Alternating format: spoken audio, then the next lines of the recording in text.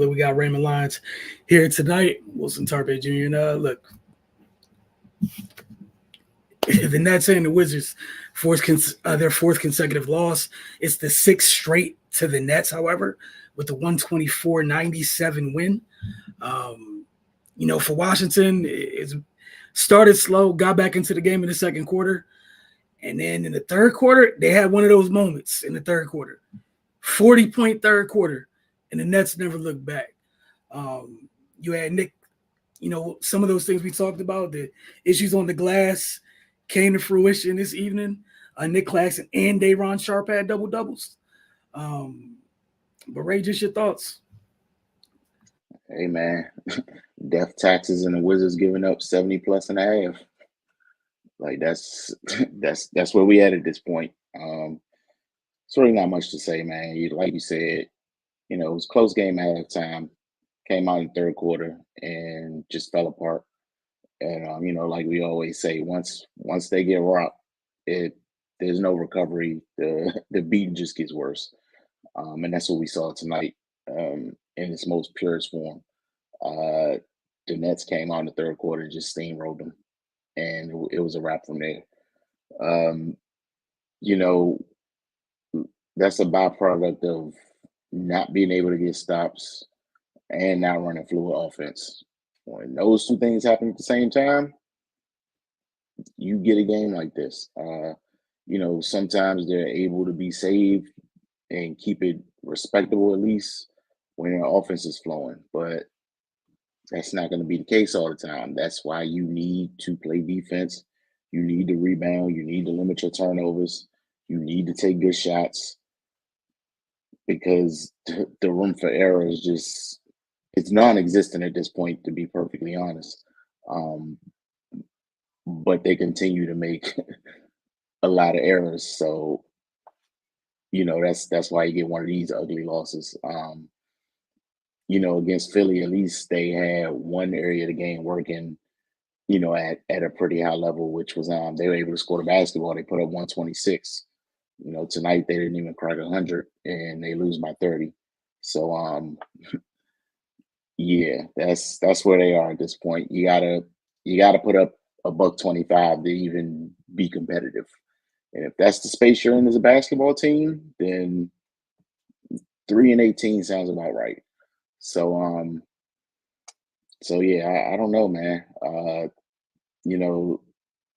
It's one thing to have a guy like of Embiid's stature come in and do what he did, but every big can't look good against you. Like we saw earlier in the season, Mark Williams have a 20-20 game. Then these two guys come in and have double-doubles. And any other big on any other team comes in here and it looks like they're just overwhelming you. That cannot be the case. At some point, you're going to have to put a body on somebody, box somebody out. Gaff is the only person that shows a pulse down there. He didn't have a good game tonight, and this is the result. So, I mean, he's the beginning and the end of their interior production on offense and defense. So if he's not clicking all cylinders, then it's going to be a tough night inside. And we saw that, they got dominated in the paint scoring wise and on the board. So, yeah, man, it is what it is. They got to see Philly again on Monday. So we'll see, man. But yeah, not looking too good for them right now. Yeah, like you said, 70+ in the paint's just way too much. And the age of the NBA we're in right now, people taking 30, 40 threes a night. So 70+ in the paint's never a positive thing when you factor in both teams chucking up at least 20, right? They got to the line tonight, which was a good thing, but man, the glass, and we've been talking about it all year long. And I guess for me, the thing I get that you don't have the personnel in terms of the five to match up with the other team's big school, but it's one thing if you're making up for it with the rest of your team, and you have size further down the lineup. That's where my frustration comes in a little bit. Is shout out to Bilal. Bilal had 10 boards tonight, but I don't think it's a positive thing that Bilal was the high man on the glass tonight in his 25 minutes. From a personal standpoint, obviously that's a great look that your rookie understands that it needed to be done. But you got some other folks with more than decent size. Some of those nights where, Kuz and Denny, those rebounds need to possibly be up around 9 or 10. Just to make up for some of it. If Clax and Dayron are gonna give you that, Royce O'Neal can't have 8. Right. Cam Johnson having 5. Like, it adds up little by little in the other spots. So when they have 55 boards, you take those two had 26? The two bigs had 26. That's it. Just 26. Not great at math, man. 55, 26. It's a lot of guards getting boards, making up the difference there. If you're making up if you're taking that part out where it's just the bigs, just the 5 that might be taking losing a little bit, the deficit is smaller. It's a smaller deficit, but you have size. It's not like you're void of size. You just don't have it at the 5, but you have it other places. We've seen multiple times where we've seen Danny and Kuz with double-digit rebounds. But this is the year where, not that they need to average 10, but need career highs on the glass, like right now. Like, as currently constructed, like, again, just being perfectly honest, it is what it is. I'm not saying you need to average 10. That's unrealistic. But, this team, he's 8.5, 8.5 a night. Like, yeah, you can't average 4. Like, yeah, that's the part. That's what got to give him a little bit more, man.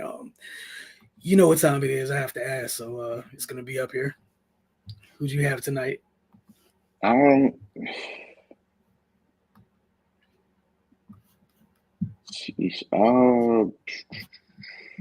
Player of the game, I go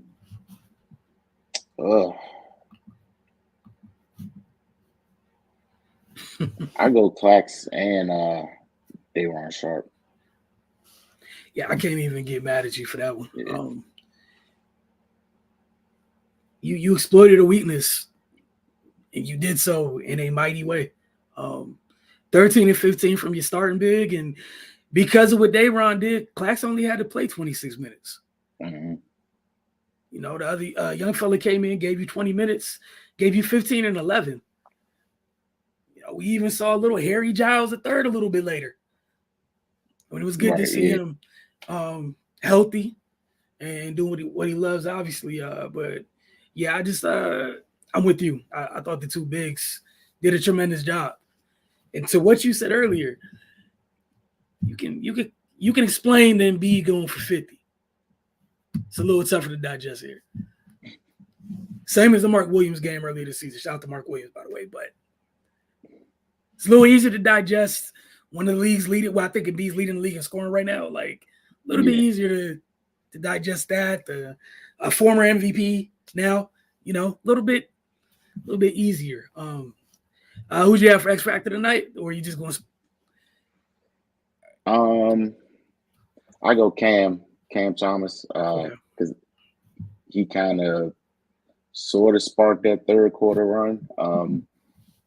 A lot of things went into that, but once he started, he hit a couple threes, and that just kind of began the avalanche, and it was a wrap from there. For the most part, nobody on the Wizards could stay in front of anybody on the Nets, period. But yeah, once he kind of got going, that's when things started to really get out of hand. Yeah, I wholeheartedly agree. You didn't really hear his name until the third, and you look at what happened in the third afterwards. There's a reason they had 40 points in the third. I think everyone here is Very aware that man is a professional bucket getter, and he got going. And we know the Nets, typically this season, when he's had big nights, they usually roll. I think they're only 3 games over 500, but there's been at least 3 to 4 times this year where, you see Cam Johnson's name, you see Cam's name up on the ticker. You're like, 40. Wow, what happened? Yeah. The Nets got a dub. Look, we're gonna get to some of these comments, and as Ray said, keep in mind they got Philly on the road on Monday. A couple days to get yourself together, and the dude who gave you 50 a couple days ago, you going to their house. Michael Kirksey said he gave Mikal player of the game. That was his vote. Yeah. Can't argue with you, man. Right. We can only respect your opinion and your nomination. That's it. X Factor Claxton, not again. And just a bit. Yeah. Think you summed it up pretty well, Kirksey. We could have just read your comments to begin with, honestly. Right. Have another one of these nights. We'll just start with Kirksey said, we agree. But appreciate y'all, man. Y'all have a good night, and get some rest, enjoy the weekend, and we'll see y'all Monday when Washington takes on Philly in Philly. For Ray and myself, y'all have a great evening.